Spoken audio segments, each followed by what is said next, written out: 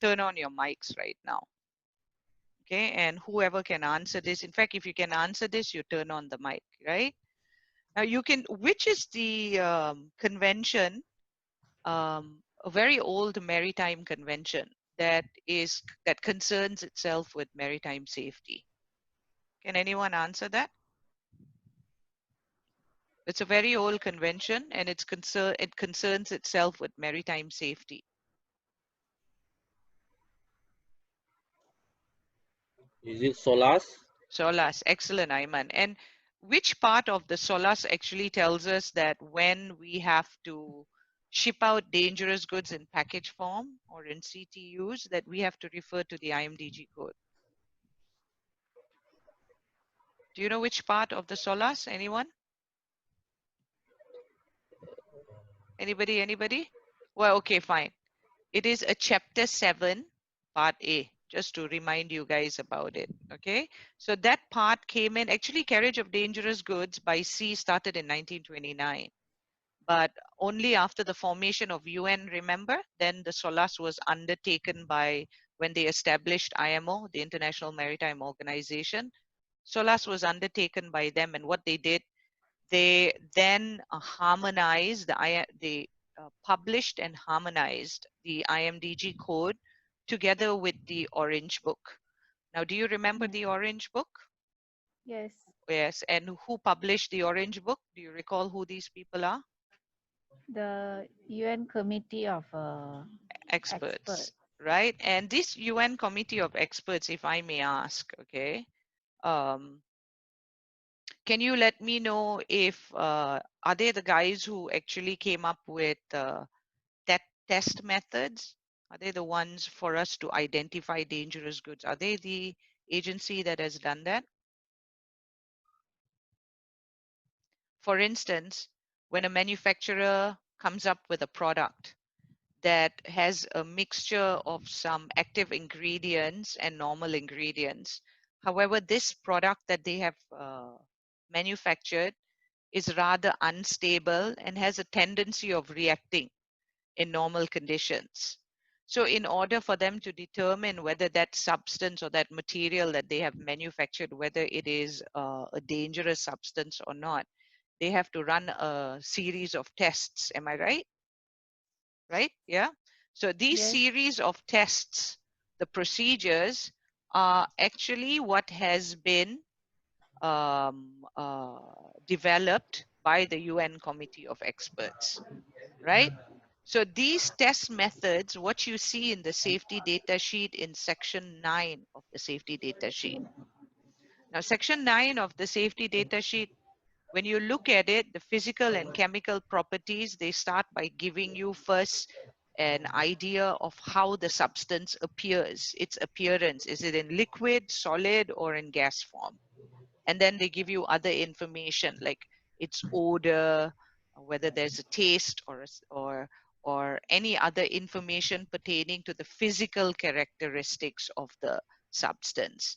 Then they talk about the chemical characteristics, where they look at boiling point, flash point, auto ignition levels, depending on what the substance is. So the information that you see in section 9 of the SDS, those test procedures actually come out from the Orange Book. And this Orange Book is the book that, along with the test procedures, have come up with the classification system. So meaning that they are the party who came up with the 9-class system, saying that when you test it, and if the test, when you introduce fire to a solid substance that is probably in a powder form, and that substance, when fire is introduced to it, explodes, that means that that substance now has demonstrated explosivity as its hazard characteristics, and thus it gets assigned to class 1. So this classification system is also from these guys, where within each classification system, that means within each class, class 1, class 2, class 3, the concept of packing group was introduced from class 3 onwards. So which means that these are the agencies of United Nations that also came up with the packing group concept in order to communicate hazards when we relate it to specific classes, right? When you relate packing group to a class 3, the hazard that is contained in a class 3 is flashpoint. So flashpoint is the determinant that tells you whether it falls under packing group 1, packing group 2, packing group 3. So the test procedures, the classification method, and the listing of these substances. Because once you have tested the substance, then the substance has to obtain a name. The name that we refer to when we talk about the substance is the proper shipping name. All right. So the proper shipping name is listed, and from the proper shipping name, do you then identify the UN number of the substance, where the UN number is assigned to it.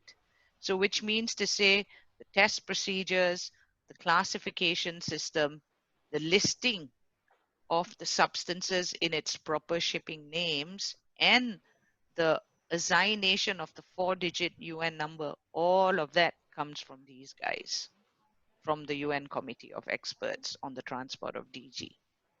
And what IMO did, instead of reinventing the wheel, ICAO, which is for AIR, the International Civil Aviation Organization, and EC, the guys who are doing the rules and regulations or guidelines for road and rail, as well as the IAEA, International Atomic Energy Agency.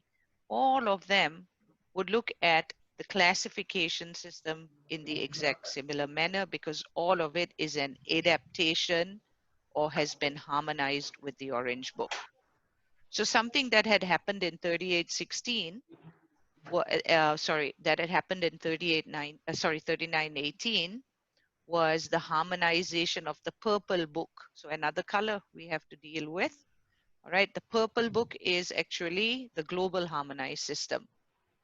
The global harmonized system was harmonized, so to speak, with the orange book, where certain parts of the classification chapter has been totally amended. First and foremost, one of the most significant, I would say, references that have been amended from 3816 to 3918 is the term risk. The term risk now does not exist. It has been interchanged with the word hazard. So in the entire code book, you will see the triangle, right? The triangle which indicates that there has been some change made to the code. And that generally is virtually in the entire book, because everywhere that mentioned risk has now been changed with the word hazard in order to harmonize with the GHS. Another thing is the class 8 dangerous goods, corrosive substances. The corrosive substances, in order to determine its packing group, that entire part of the code book has now followed exactly as the global harmonized system, where the determination of the packing group is on full destruction of skin tissue when you have when you have been exposed to a corrosive substance under a certain observation period. So the bigger or the quicker your skin gets destroyed, a full skin destruction occurs over a shorter observation period, would determine how potent that corrosive substance is, be it an acid or an alkaline. Right now, prior to this, it was more on corrosion of metals. So that is where one of the massive shifts have occurred. So the second convention, now coming back to when I asked you what is the convention that concerns itself with maritime safety, and you rightly answered that it is the SOLAS Convention, and I told you it was Chapter 7, Part A, that refers us to the IMDG code. Now there is another convention that came about in the late 60s that concerns itself with maritime pollution. That means pollution from ships and from goods that are carried on ships that would affect, that would harm marine life or aquatic life. What is the name of that convention, if anyone can see whether you remember?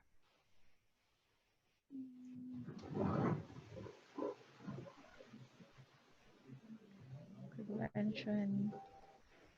It has a dead fish and a dead tree as a symbol, and it's so important, very, very important.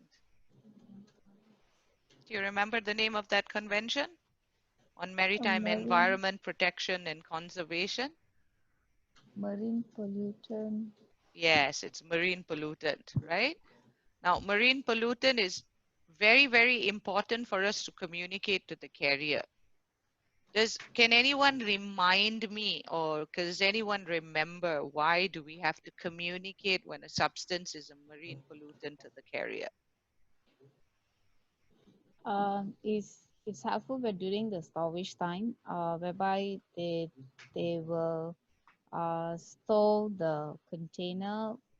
They will harness the container so that it didn't, if in case of any emergency, it didn't go into the sea Yeah, or good, good, something like that. Parimala. Yes, you're right, you're right. Just want to add a little bit more. When it's a marine pollutant, ideally the code will prescribe that these containers have to be stored under deck, because Yeah. the whole purpose of communicating marine pollutant, yes, like in case of an accident or what, this container has to be secured on board if it cannot be under deck.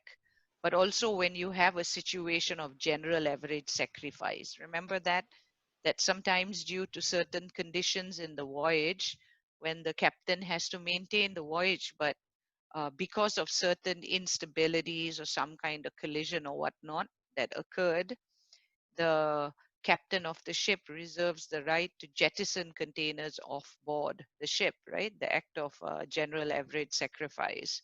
So when they do that, the idea here is we communicate this because number one, ideally it should be stored under deck. So when there is very, very turbulent conditions in sea, it doesn't wash off. Number two, if it is on deck, it is secured. And if the requirement for general average sacrifice does come up, that these containers are not selected to be thrown off board. Yeah. All right. So we remember all these things, and we remember all these agencies, right? For instance, the only difference here is we don't have IAEA. We should have IAEA in here for radioactive substances. And the two conventions that pretty much tell us that whenever you have dangerous goods, like if it's SOLAS will say dangerous goods in package form, that you have to use the IMDG code, and the MARPOL convention would indicate that if there are any harmful substances to the marine environment that may cause pollution to the sea, then in package form in Annex 3, they tell you to use the IMDG code. So the IMDG code is amplified in both of these conventions. And all the ships that are plying internationally have to conform with these two conventions as well in order to get their license to sail their ships. So which means to say that all these vessels are then automatically complying with the IMDG code as well. Now, just to remind you of the 7 parts of the code book, yeah, and the supplement guide, we don't really use it for land-based, landside, because this is mostly for the seafarers. But you need to have the code book, as I mentioned, because otherwise you have no point of reference. And if you are referring to an older version, that may not suffice because the information there may not be relevant anymore, right? So you need to have the new versions of the code book. So I'm going to quickly go into part 1 first. And when we look at part 1 itself, there has been some revision. So just to give you the summary of changes in part 1 itself. All right. In terms of definitions, because part 1 is general provisions where they start with talking about the code is relevant for what types of ships, and then it talks about the 3 conventions, that the 2 conventions we spoke about, SOLAS, in part 1, it will indicate the parts of SOLAS that refer to the IMDG code in terms of documentation and whatnot, packaging. And it will also cite MARPOL convention, the annex related to the IMDG code. And the third convention that is also mentioned in part 1 is the ICSC, International Convention for Safe Containers. So all three conventions are indicated in the first part of this code book, and also they go through definitions. So one of the definitions that has come in part 1 is the definitions for IMO type tanks, right? This new type tank that has come in is the IMO 9 type tank. And the IMO 9 type tank is actually a road gas element tank. So that's pretty much what has come in only for the first part of the IMDG code. Okay, just running through now the summary of changes. So even though I run through the summary of changes now, every part where the change has come in, I will cover it within that part as well.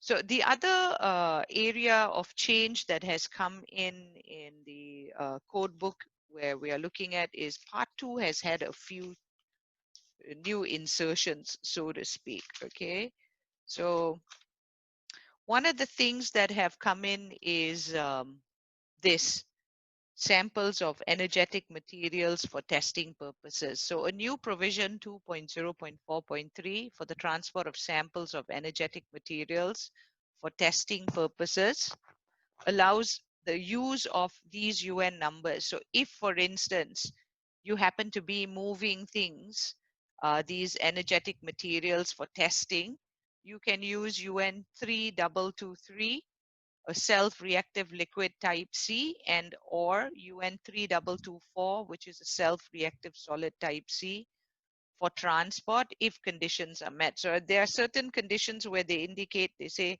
if these conditions are met, which are number 1, the samples do not contain any known explosives, the substances showing explosive effects in testing. So I will cover all this now. I'm not going to run through it here, but I will cover this when we come into part 2 later on. Okay. Another thing is this 2.0.6 that has come in part 2 in version 39.18, where they have given a whole portion on classification of articles, okay, or as articles containing dangerous goods that are not otherwise specified, right? So these are articles that contain NOSs within them. So they have given a whole information in there. I will cover that again in part 2. Like I said, part 2 has had quite a bit of revision. And when it comes to class 1 of the dangerous goods, there's been some revision on the provisions for assigning divisions for fireworks, where they now refer to something called flash composition. Okay, so we can cover that when we come to that portion of it. And also when it comes to class 3. In class 3, although this has actually been indicated in version 38.16, I remember seeing this in version 38.16. Now in 38.19, they have put it in as a full change. And that refers to how can you move a class 3 substance that say it's in actually packing group 2. How do you move it from a PG2 to a PG3? And this is only for substances that are like paints and enamels. So it's specific to these kind of substances, because these paints and enamels are very, very viscous. They're very heavy, likat, padat, right? So when they are very heavy and very viscous, and if they do not have specific hazard properties in them, they can move from packing group 2 to packing group 3, subject on the provisions given in 2.3 for class 3. So we'll cover that in part 2 when we come to part 2 for class 3. Also, there's a new note for polymerizing substances and the assignment of an SP386. So this is, we're referring to class 4. 4.1, which is our flammable solids that are readily combustible. Under this class subdivision, you also have polymerizing substances. So these polymerizing substances, there's a new assignment of a special provision 386, so we'll cover that. So you will notice that we will actually, although we'll be doing part 2, we will be touching a little bit of part 3. And now you should be comfortable when you come to FS, that is pretty much what it is. When you come to function specific level, you must be very good in knowing which portion to open in this book, what to read, and how to counter refer this information. Yeah. And then here, entire new chapter for 2.8, what they're referring to is class 8. The entire class 8, as I mentioned to you, has been adapted, changed. The whole thing has changed. You can see that big, huge, solid. Here, let me show you on my camera. And you see that big, huge bullet point. The whole bullet point is what indicates to you that that whole chapter has been now changed.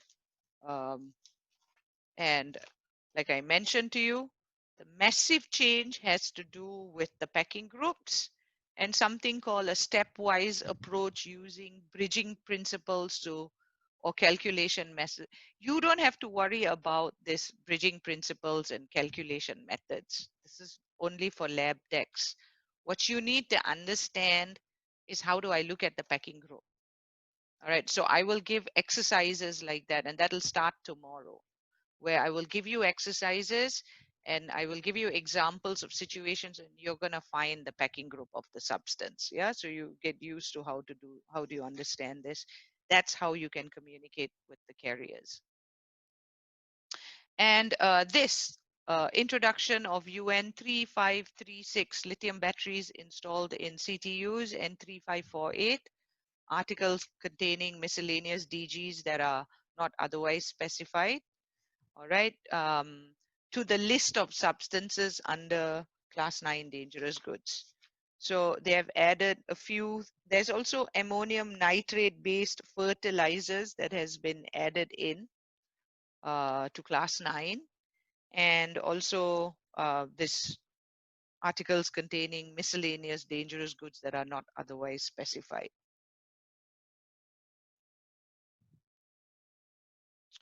And part Reshma, 3, yes. okay, when you talk about the dangerous goods of lithium battery, yeah, Mm-hmm. if they are installed into the equipment or the tools, that means effectively we now actually have to declare lithium battery, lithium battery in equipment Yes. under Yes. UN 3536, Yeah. and it goes under class 9.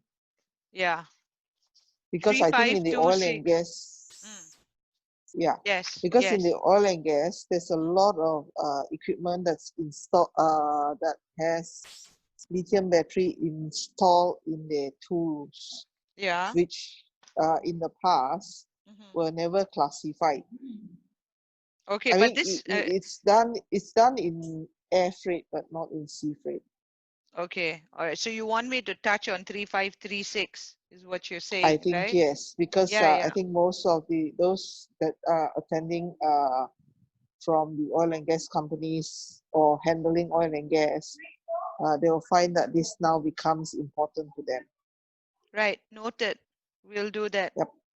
Okay. So I will look at 3536 when we come to part 3 tomorrow. Okay. Because then we have to focus on SPs for 3536. Yeah. Specifically looking at 3526. 3526 is hydrogen selenate. Lithium. No, no, no, no, no. If No, the 3536 is lithium batteries installed in CTUs. okay, Reshma okay. here. Yeah, wait. But in your Reshma, notes, just it's 3526. 3526. Okay, I will change something wrong here. It's supposed to be 3536, not 3526. My error here. Okay. Okay. All right, because 3526 is actually an old UN number. It's 3536. All right, so it's this. Sorry, can we just correct this and then I'll correct it tomorrow or whatever. And for lithium, because you have multiples, you have 3536, which is lithium batteries installed in a CTU. You have 3548 as well. Yeah. And 3548 is articles containing dangerous goods in NOS, and you have various others that we can look at because there are a whole bunch of new UN numbers that have come in. And I think what you're referring to is 3536. Yep.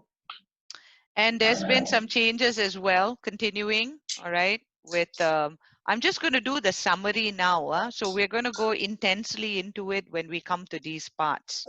So this is just the summary. It's not the entirety.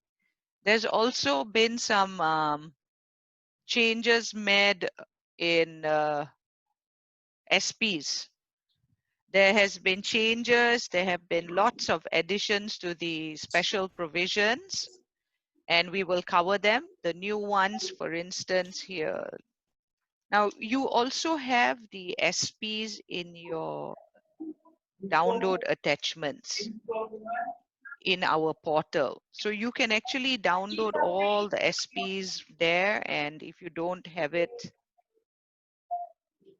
you already have at least the special provisions in your hand. So there's been quite a number of new additions here. We will run through them when we come to part 3. I'm just opening up just to identify the exact ones that have been updated. Yeah, like 363. All right, that's new. Changes are everywhere. And then there's a lot on lithium ion cell batteries that we will cover in 376, 377. All right.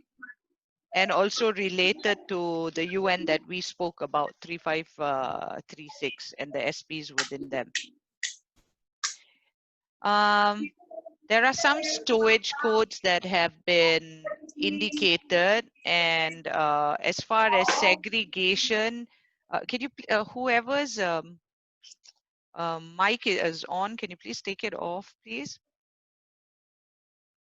Thank you. Segregation, what they have done now is they made it easier for us by using this thing called SGG, segregation groups. So we'll take a look at that. And that is, I would say, one of the changes that they made in segregation. Whereas in part 4, there has been some revisions to packing instructions and special packing instructions. Revision to packing instruction P902, where it has been clarified that unpackaged safety devices shipped in dedicated handling devices may be shipped to, from, or between where they are manufactured and an assembly plant, including intermediate handling locations. So they allow you for these certain unpackaged safety devices. There has been some additional PIs, packing instructions, P006, LP03 for LPs, P911 and LP06 for damaged or defective lithium batteries, LP905 for production runs of not more than 100 lithium batteries and pre-production prototypes. And then, of course, the section for the IMO Tank 9, yeah, in 4.2.6. Part 5, not much, if I may really tell you, but because now in part 5, they have, if you look at column 13 and 14 of the DGL, 13 and 14 you would normally refer to for your tank, T-code tanks. In version 3918, the exception is in that instruction they have added in now bulk containers. So there are some of the UNs you will see BK units there. So the difference here now, or so like I said, part 5 doesn't have a significant change. It's just the addition with regards to placarding bulk containers. And then they also have a little bit information of the GHS pictogram, because still that is a bit confusion going around in terms of which do I use, transport symbol or the GHS pictograms.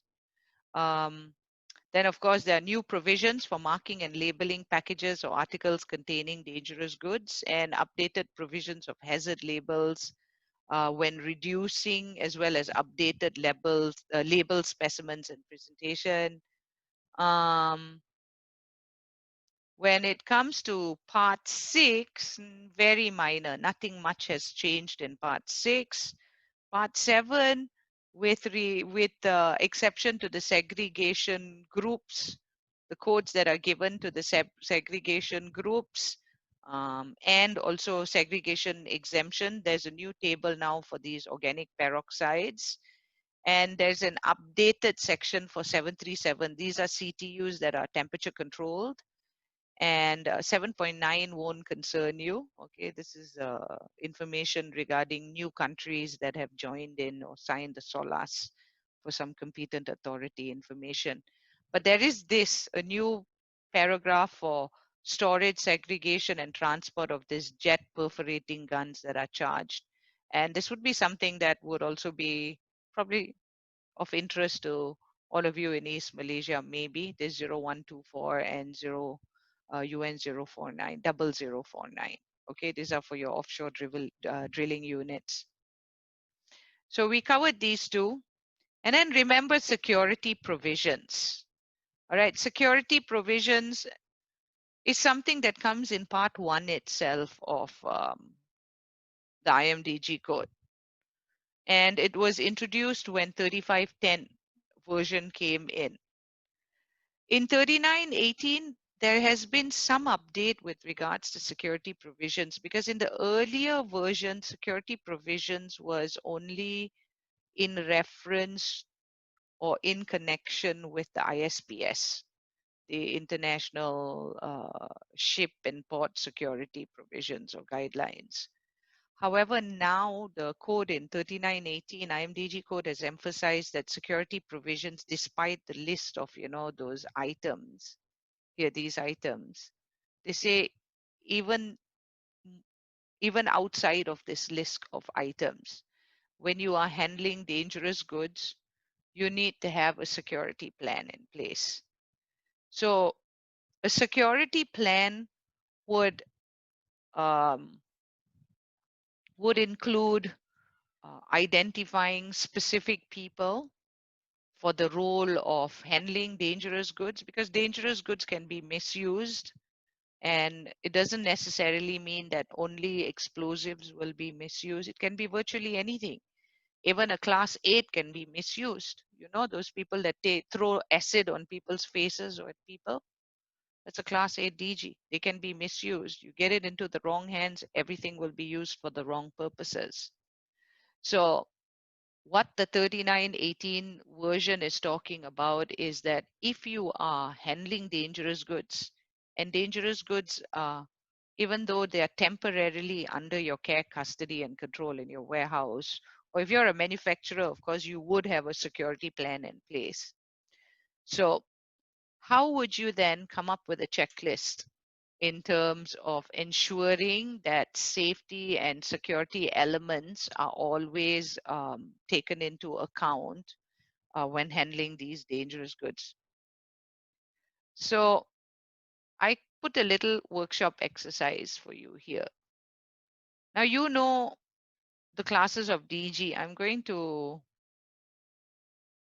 make the screen a little smaller so I can take a look at your faces as well. All right. Now, the dangerous goods that you handle, right?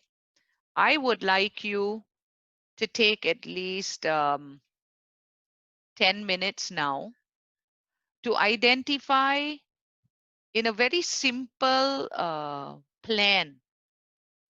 How would you draw out a simple security plan for the dangerous goods you handle?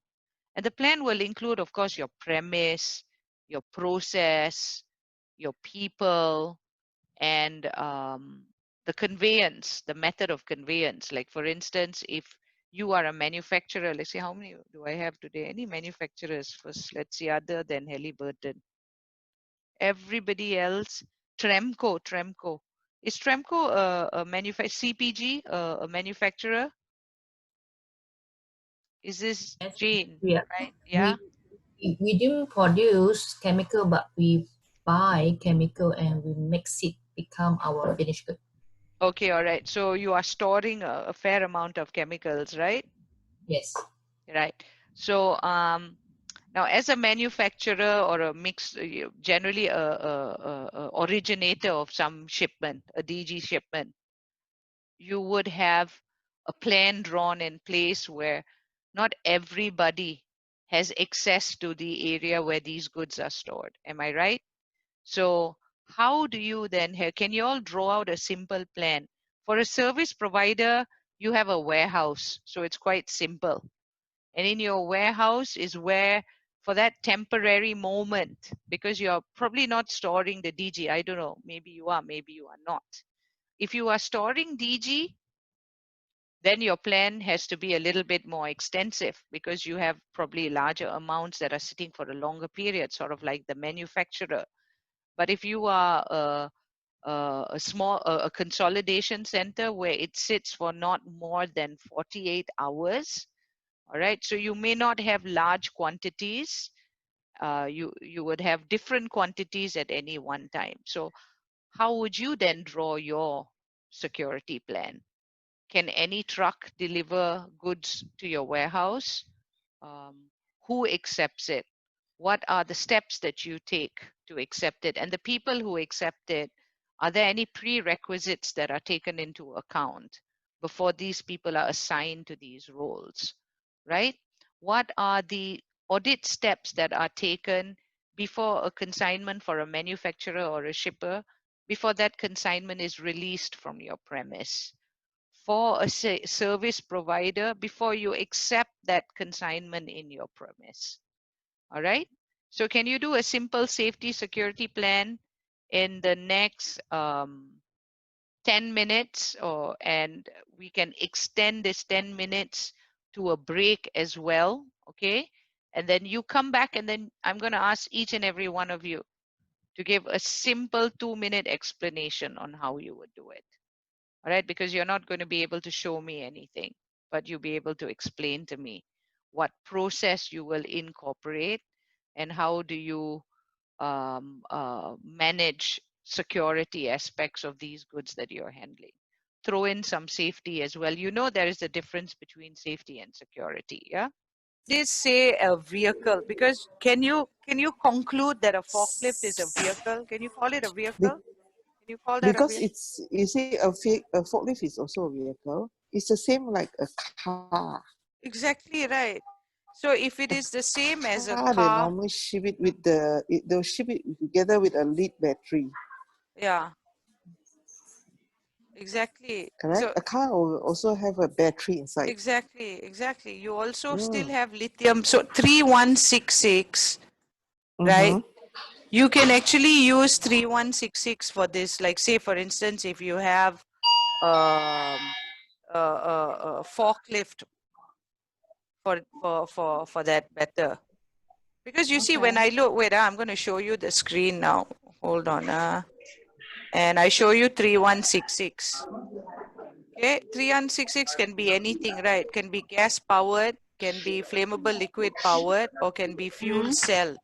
So which means you can actually use a lithium battery cell to even Okay. power this vehicle. And then they tell you types of articles transported under this entry include but are not limited to. I mean, it's not limited to motor vehicles or hybrid vehicles. Can you Okay. not put something like a forklift in this, declare it as a 3166, and then So you don't, I just declare as a vehicle. yeah, so if you declare vehicle is 3166, right? Yes. So when you have it as 3166 and you look at, say, the SP961. In SP961, I'm showing you on the screen now. You see that? It says vehicles are not subject to the provision. So if you want to remove this forklift or whatever out of the realm of DG, it says that you can do that. All right.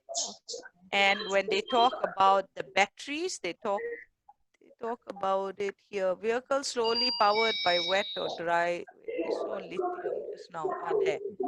For vehicles powered solely by lithium batteries and hybrid electrical vehicles powered by both internal combustion engines and lithium metal or ion batteries, they shall meet this provision and do not apply with pre-production prototypes, blah, blah, blah, blah, blah, blah, blah, blah, blah, blah. It says that where lithium, where a lithium battery installed in a vehicle is damaged or defective, it shall be removed. But if you can show that you can protect the circuit of this battery, you should be able to use 3166 there. Installed battery shall be protected from damage, short circuit, blah, blah, blah, blah, blah. Then you can use 3166 and just show them the information like how you do for cars. For car also you can use SP961, right? And remove it from DG. Yes. I think the carriers ask you to come up with a LI or something, right? Yes, they asked for LI. So can you do the same thing or not, Prunella? There. Boleh kah? Yeah, Can. for the vehicle, yes. For forklift? Forklift, I think you can. You should be able to. The connection, you just protect the connection. Protect the connection, exactly. Chan, did you have something to say? Was there something you wanted to add? Yeah, Madam. Probably can we propose 3171? 3171. Yeah. So that comes under battery powered vehicle, if it's purely battery powered and no fuel.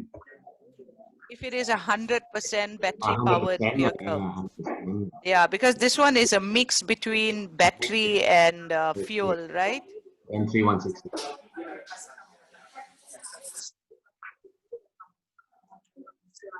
Right here. Yes, thank you for that suggestion, Mr. Chan. Right, so if it is a fully battery powered forklift, thank you very much for this suggestion. You have used this before? Has this gone through? Yes. And the same SPs apply anyways, right? 961, 962, right? There you go, 971. Battery powered equipment may only be transported provided that the battery shows no sign of leakage and is protected from a short circuit. And in this case, no provisions of the code apply. Ta-da! So you're free. So if it's 100% battery powered, if it is a mixture between fuel and battery, then it goes back to 961 then, and 3166, right? Okay, interesting conversation. Now I'm going to move back to the, no, actually, wait, I'm going to see how I can do this here. Because now when we look at our, continue with the part 2, I'm going to move to the other PC now. So give me a second while I move from one PC to the other.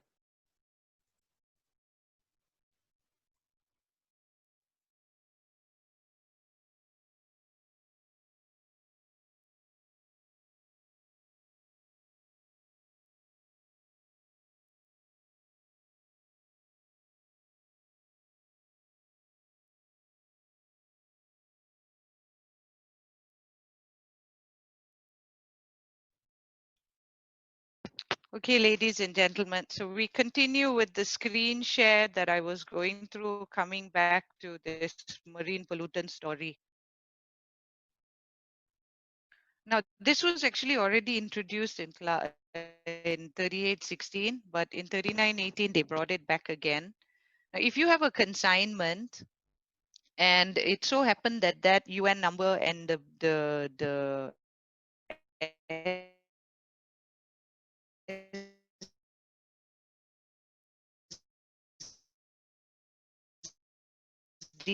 also shows you, say, if you pack it, if you can see here, in a single or combination packaging that contains a net quantity per single or per inner of 5 liters or 5 kg and less, then that package need not be, it says there, that it is not subject to any other provisions of this code relevant to marine pollutant. So I give you an example. You've got each you've got a carton box, and in the carton box you've got bottles of marine bottles of a substance that happens to be a marine. You see, I'm at home. Can you all hear that screaming kid? Can you hear that screaming kid? I feel like strangling the kid right now. Yeah. But seriously, can you? Working from home, punya nonsense. Kid never stops screaming. Anyways, so assuming you had bottles, and indeed you have packed your substance in a bottle, and that substance is a marine pollutant. But when you packed it in a bottle, you packed it in less than 5 liters. And each package that contains, so your outer package, you've put a 5 liter bottle, 5 liter or less of that liquid in the bottle. And now when you mark and label this, you need not put the marine pollutant label on the package because you have packed 5 liters or 5 kg and less of that substance in the receptacle. So actually, when you look at it, this 5 liter, 5 kg is very in tandem with the limited quantity maximum inner requirements. The maximum capacity for inner receptacles under limited quantity never goes beyond 5 kilos and 5 liters. So similarly, when you have a limited quantity consignment and you fulfill the limited quantity conditions, that means it has not exceeded 30 kgs, you will only put the limited quantity mark, right? Even if it's a marine pollutant.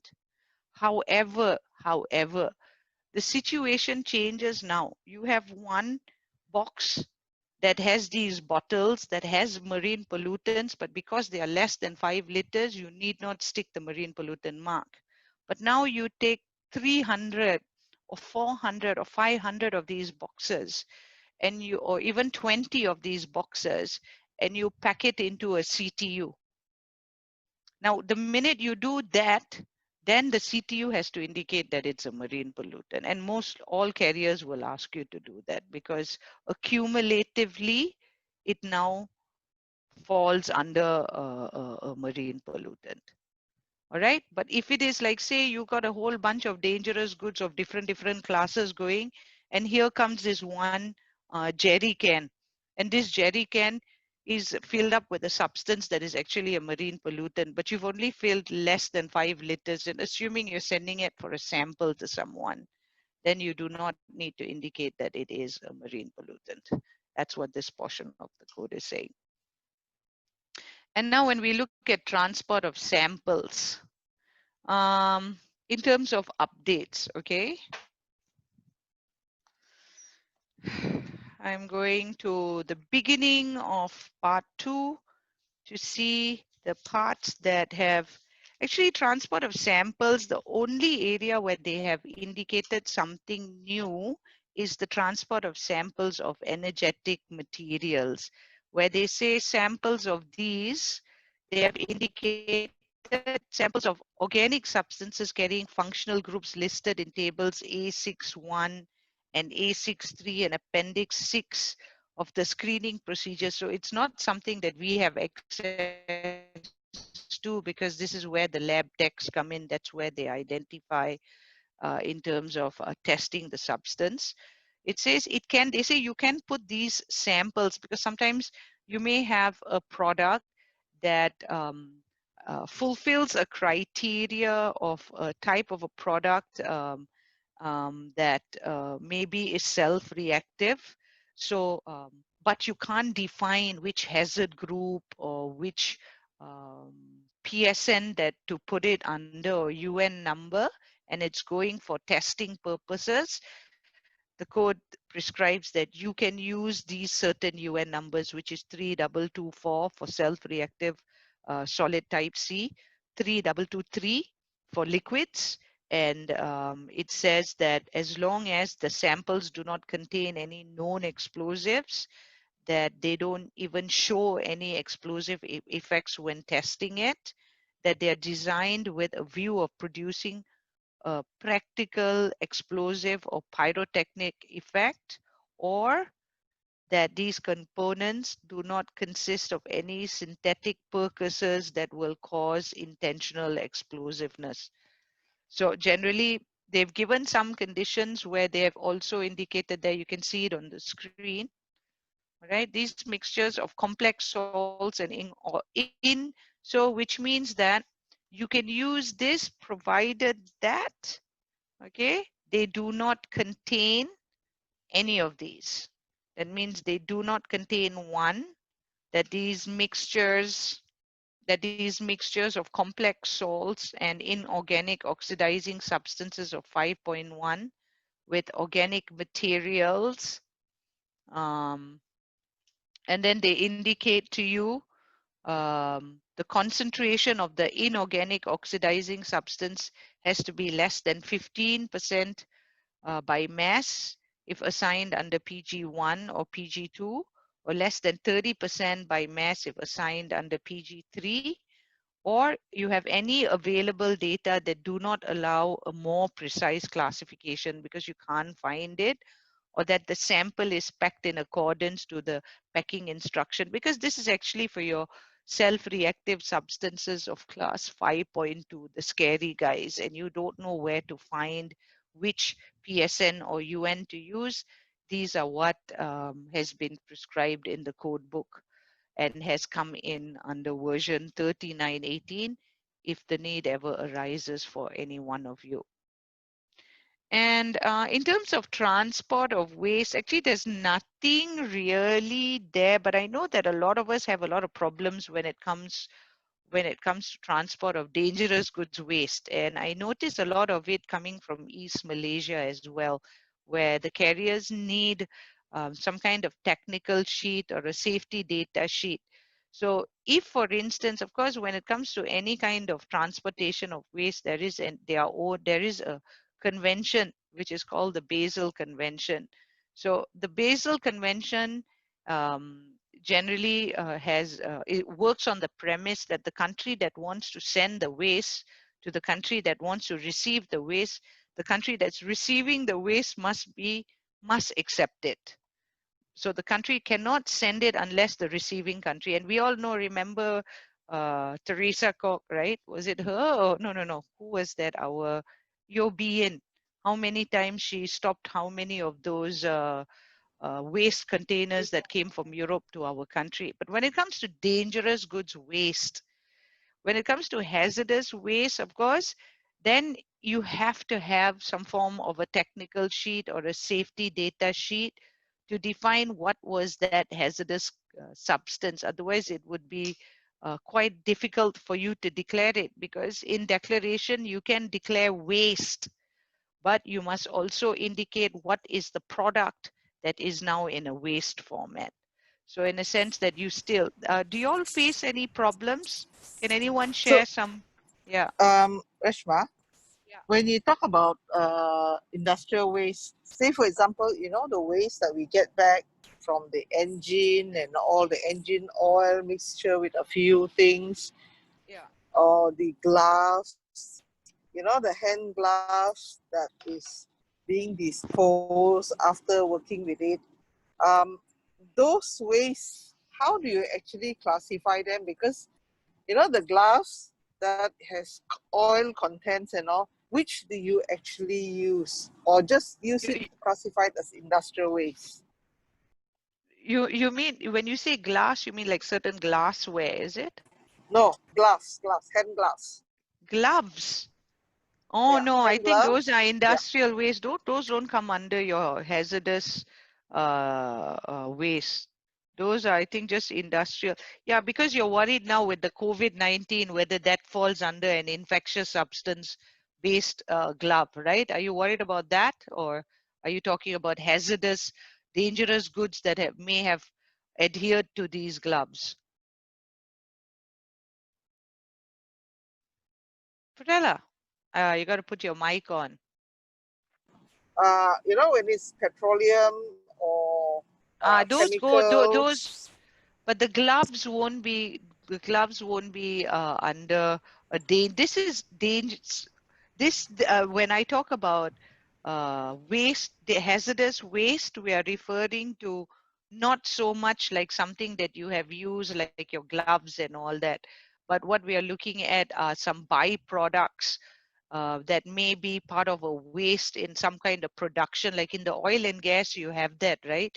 They would have drilled and there would be some byproduct that would have some components of hazard in it that may need to be disposed of, and then Yeah, thus you might need to do. those are like we say the wastewater, Yeah, you know.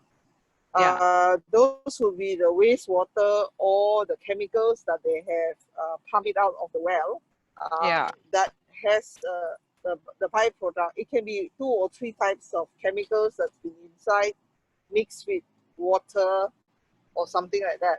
So those yeah, are what we call industrial waste, correct?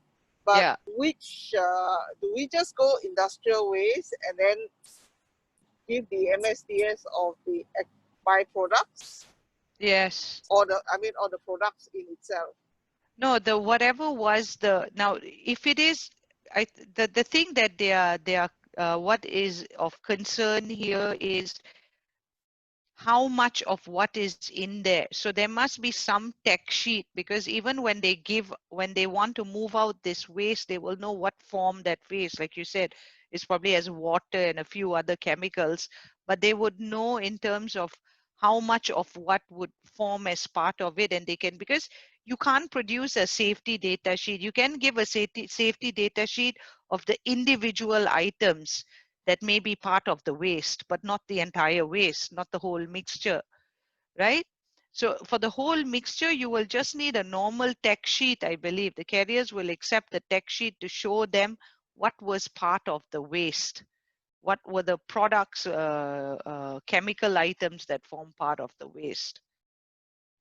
And they might ask you an SDS probably for the original product, but usually you can't, because you have only little parts, little um, mixtures of it. So it's a mixture of all sorts of by waste in it. So they'll just need a tech sheet. And usually most of these guys would have a lab where they can do a quick test on this in order to provide that to the carriers, to the transporters. Does anyone have any other experience to share when it comes to moving this waste? The rest of you haven't, huh?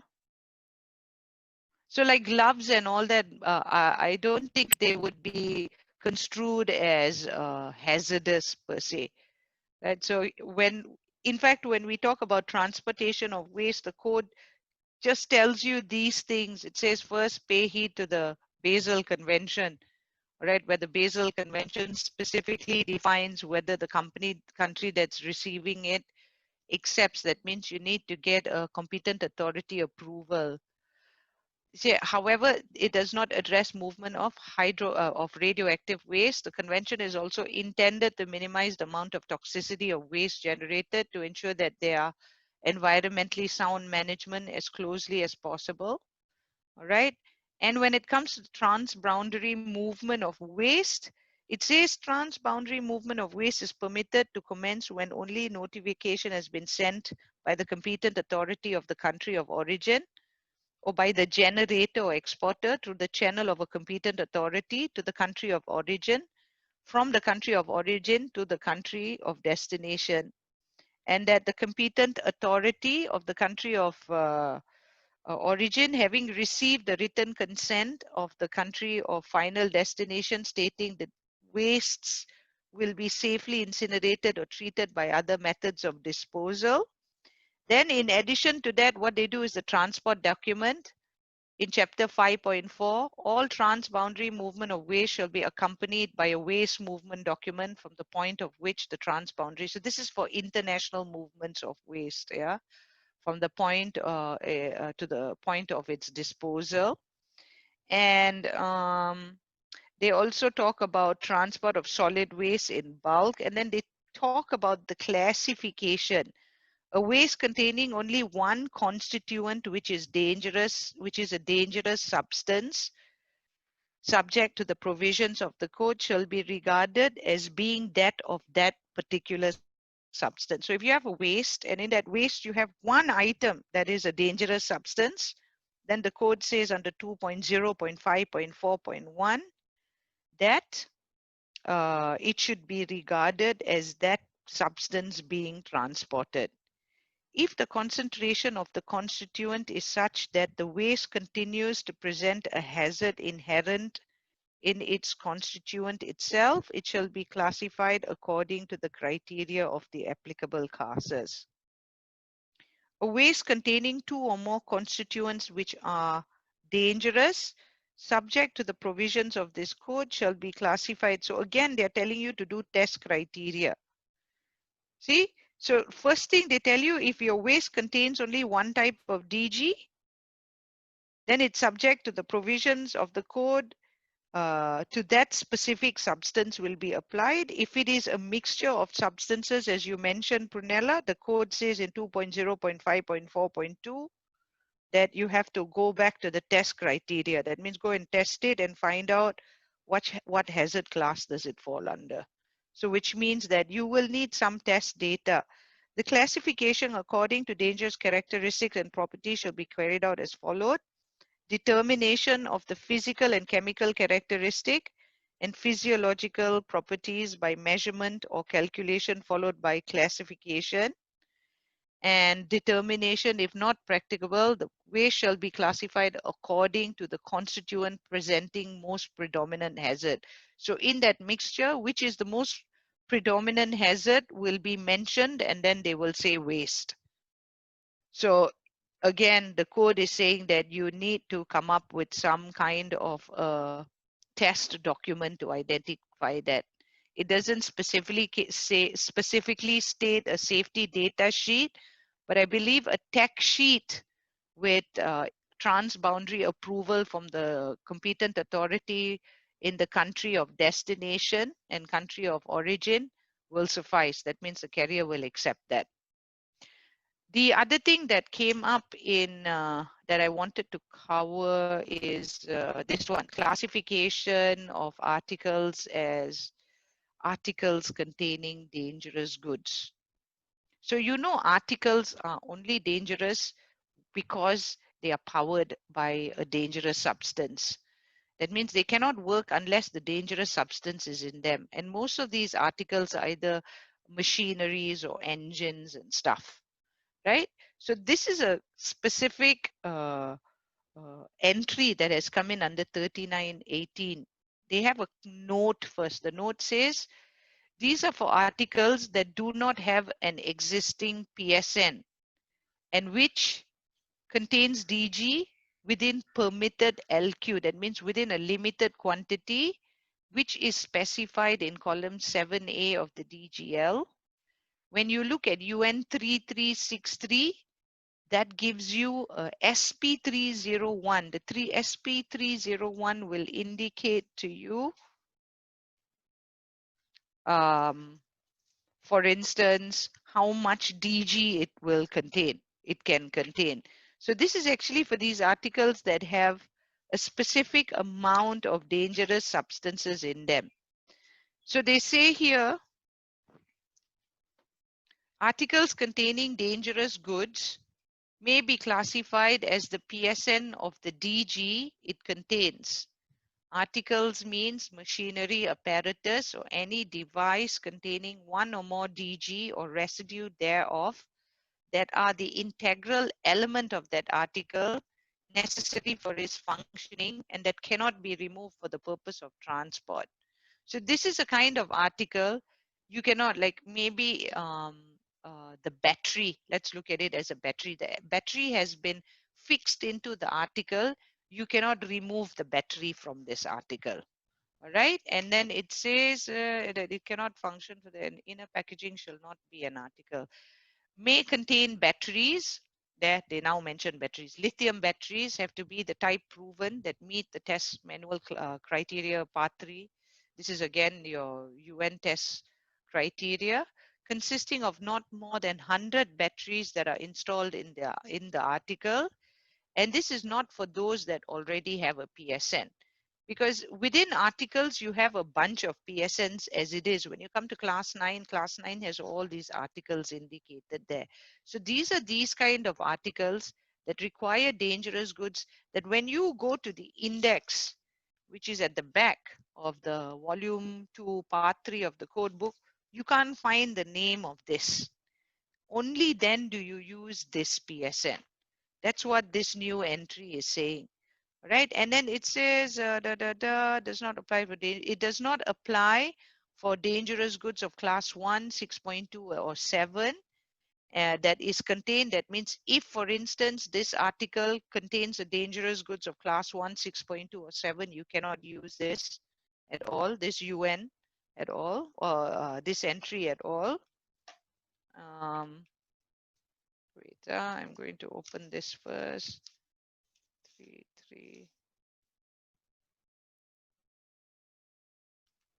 Okay, and they have given another one where you look at when they indicate 3363, they're talking about dangerous goods in machinery or dangerous goods in apparatus, right? So they say you can use this. If you can't use this, you can use the articles containing dangerous goods that are not otherwise specified. Then obviously when it's not otherwise specified, we need to indicate what exactly is the substance that is not otherwise specified in here. All right, and then I covered the lithium battery part with you all already before this showed up, where we covered this portion. Now I would like you, do you have any questions? Yes, any other questions you want me to cover, you want me to answer, or that you might want to share? Because sometimes it could be something you are telling us, not so much I teach you, right? So is there anything else? Anyone likes to add in, ask anything?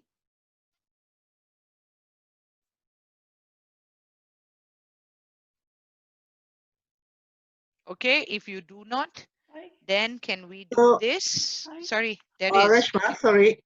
No worries. Yeah. Okay, we go back to that page that you were on. It says not for class 1, 6.2 and 7 contained in the article. So that means whatever is contained there, it must not contain any products from 1, 1, 6.2 and 6.2 or 7. 7. Yeah. 1, Okay, 6.2 thanks. or 7. Yeah. That's Thank you. it. And then, yeah, you're welcome. Yes, that's it. And then, yeah, Prunella, we wanted to ask you, I actually wanted to ask, all of us wanted to ask you for a minute when we were running the lithium, because I covered the lithium batteries, and in the lithium batteries portion, the recommendation to use 3090, 3091, 3480, 3481. And of course, in this part of 2.9 in the code book, they describe a whole bunch. And you have the code book. I'm pretty sure you can see if you open. Let me tell you exactly where.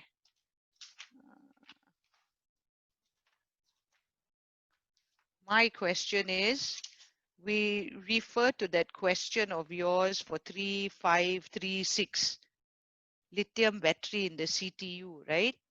Now, when you look at 3536, and 3536 will bring you to an SP, right? SP386, if I'm not mistaken. Is that what it is?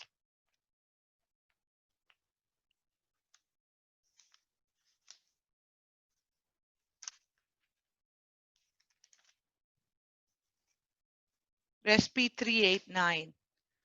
SP389 says that you can only use 3536 if the lithium battery's purpose is to power up the CTU. Is that the case with what you had inquired, where you say that in that part in East Malaysia, you have a lot of these kind of equipments running?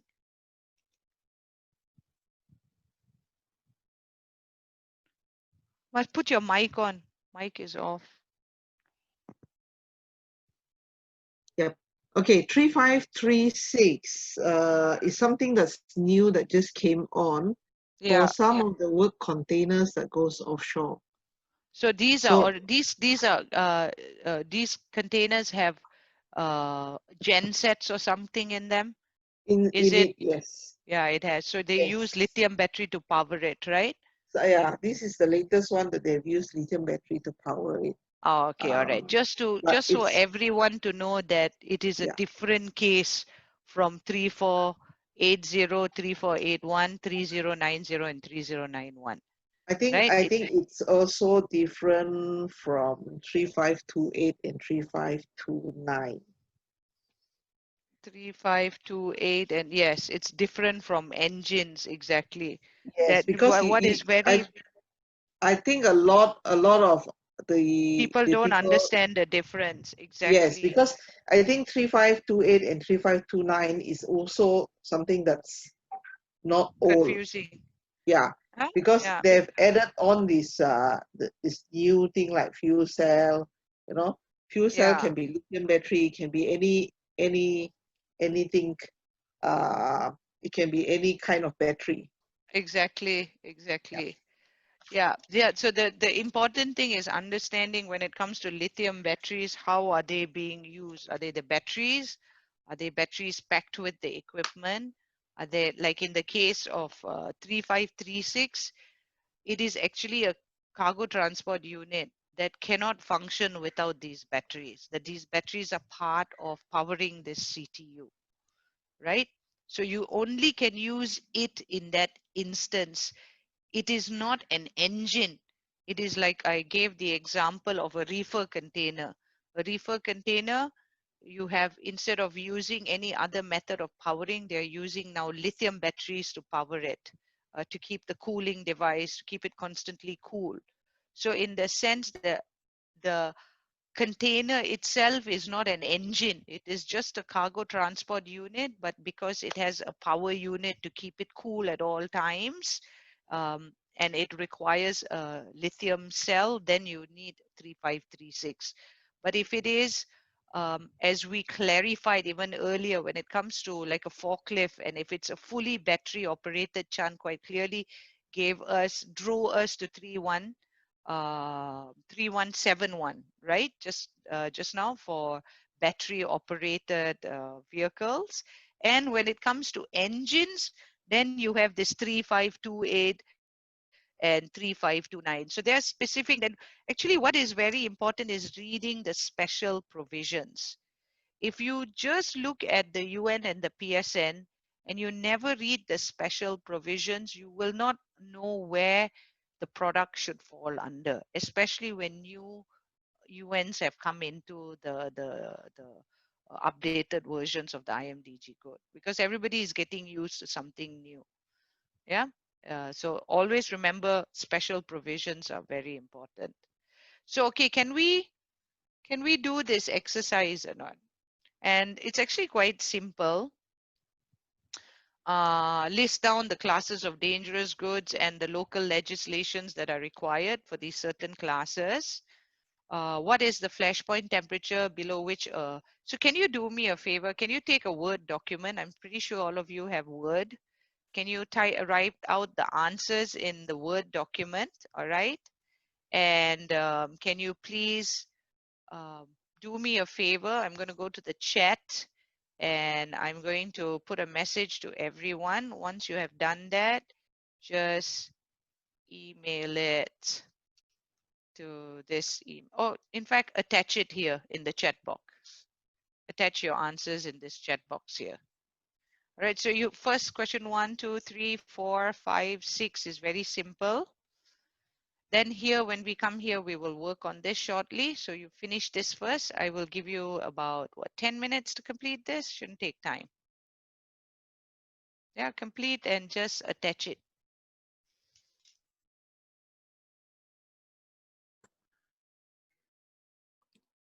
And I'm going to open 2.9, especially in reference to the smaller.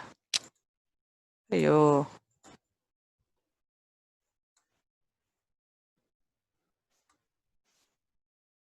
See here, can you see the 2.9.4, right? So this is the digital copy. So you see here, the things that were added in is this two, 6 and 7 in the version 3918. But let's take a look at lithium. Okay, cells and battery cells are contained in equipment. So this is in reference to cells and batteries that are in a equipment, or cells and batteries that are packed with the equipment that contain lithium in any form. They say shall be assigned to UN 3090, 3091, 3480 and 3481 as appropriate. Because 3090, now just to show you this again. Okay, where was it just now? Okay, they gave us 3090, 3091, 3480 and 3481.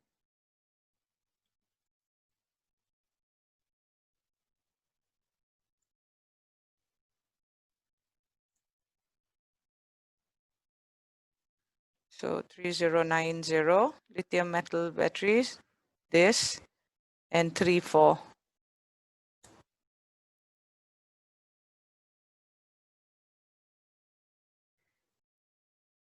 Which are here. So they're talking about this, and those two when they are referring to this part of it. Okay, when they're talking about this.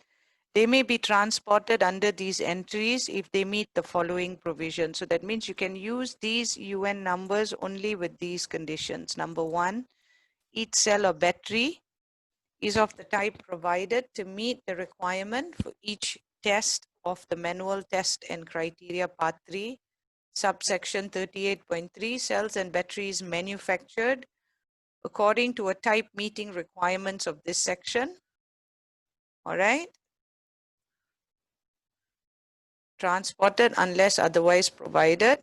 They can continue. That means you have to follow this test criteria or any subsequent revision or amendment applicable at the date of the type of testing may continue to be transported unless otherwise provided for in the code. Cell and battery types only meeting the requirements of MTC, Manual of Test and Criteria, Revision 3, are no longer valid. However, cells and batteries manufactured in conformity with such types before the 1st of July may continue to be transported. So again, they are referring to this, and based on this, okay, which when I showed you this 3091, 3090, again, we go back to this thing, that these conditions are only meant for when you use this. So it will not apply for the 3536 situation. Okay, it only is for 3090. It's my volume 2.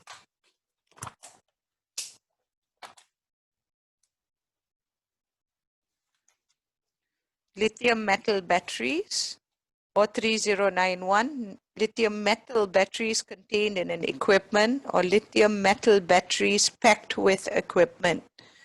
So also something that maybe later, is Prunella here? Prunella, are you here, Prunella? What we need to determine, anyone else handling the 3536 in East Malaysia? No? Anyone else handling? On and off I got. We do handle Reshma for Who is consolidation. this? Mala. Mala, or office. you use 3536, is it? So far, no, but I got inquiries which is I rejected because this type of things, we are not really sure how is it to go about it. Yeah, because it's a new UN number, and maybe we'll wait when she comes to run through that again. Because if you look at 3536, 35 here, let me show you for the rest of you so that we can look at it. See, when we go to 30, we go back to what the code tells us, okay? When we go to 3090, this is a normal battery only. Yes. This one is a battery that is packed with its equipment, right? And then they tell you the other one is 3480 and 3481. So 3480, again, it's a battery on its own. Yes. It is packed with equipment. So the condition that they indicate to you in that 1, 2, 3, 4, 5 that they have indicated what needs to be followed in terms of lithium battery. When you look at 3536, 3536, this is something that is installed in a CTU. And when you look at the special provision, there, this entry only applies to lithium ion metal batteries that are installed in a CTU and designed only to provide power external to the CTU. That means it's like you have a reefer unit and you are using a lithium battery to power your reefer unit, because your reefer unit is a CTU and maybe what you're using to power it is a lithium battery. But if it is a product that is packed with a lithium battery, then you have to go to this either 3091 or 3481. Reshma, I would like to check, how about if the lithium battery is fixed in a maybe equipments, I mean, not to say equipments, a machineries. You mean it's packed with it or it's fitted Yes, into it? It's fitted into it. So if it's fitted into it, you have in class 9, they've already given us a description. Wait, let's see. When we come to it, I will show you. There was some that I showed you on our screen as well. Hold on.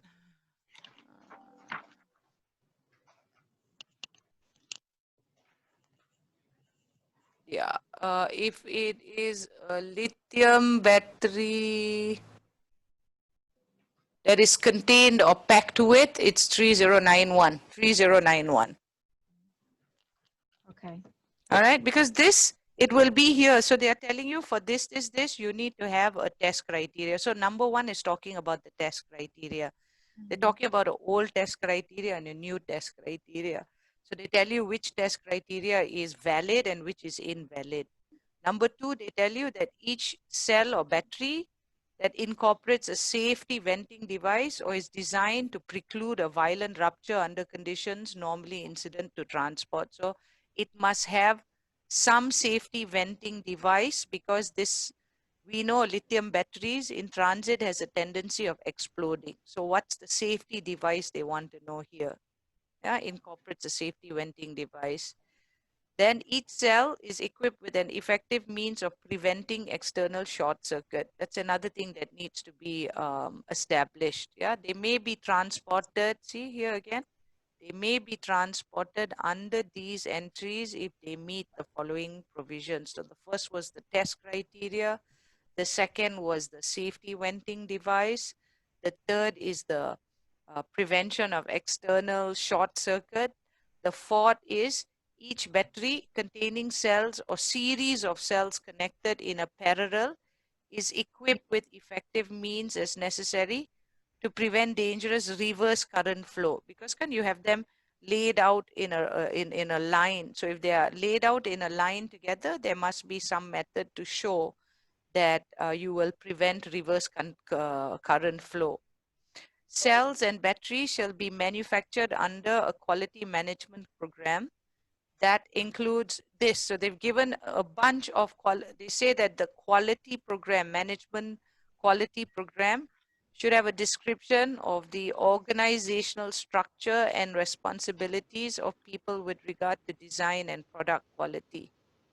So apart from that, so when you move lithium batteries, you also have to provide this, see, the relevant inspection, test, quality control, quality assurance process, the process controls that should include relevant activities to prevent, detect internal short circuit failure, quality records, such as inspection reports, test data, calibration data, and certificates, management review to ensure the effective operation and quality management program, a process of control of documents, a means of control of cells or batteries that are not conforming to the type, training programs and qualification procedures for relevant personnel, and procedures to ensure that there is no damage of the final product.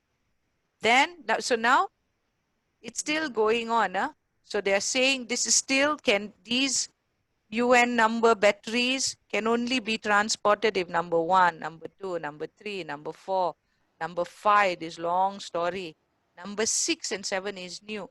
The lithium batteries containing both primary lithium metal cells and rechargeable lithium ion cells that are not designed to be externally charged. That means you cannot charge it externally. They say see special provision 387, okay? And it must meet the following condition: the rechargeable lithium ion cells can only be charged from a primary lithium metal cells. Overcharge of rechargeables, blah, blah, blah. It's about how this thing is being charged. So when you look at 387, 387 says lithium batteries in conformity of 2.9.4.6 containing both primary lithium metal cells and rechargeable lithium ion cells shall be assigned to 3090 as appropriate, which is when such batteries are transported, they ask you. So when you look at this, is bringing you back to what we are discussing there here.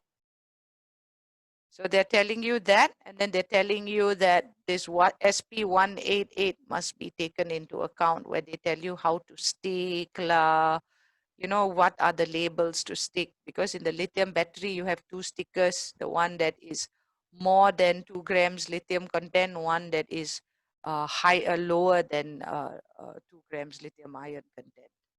So that's pretty much what they are referring to. This is a new thing here, okay? That they say that the rechargeable ion cells can only be charged from a primary lithium metal cells, that overcharge of rechargeable lithium ion cells are precluded by design.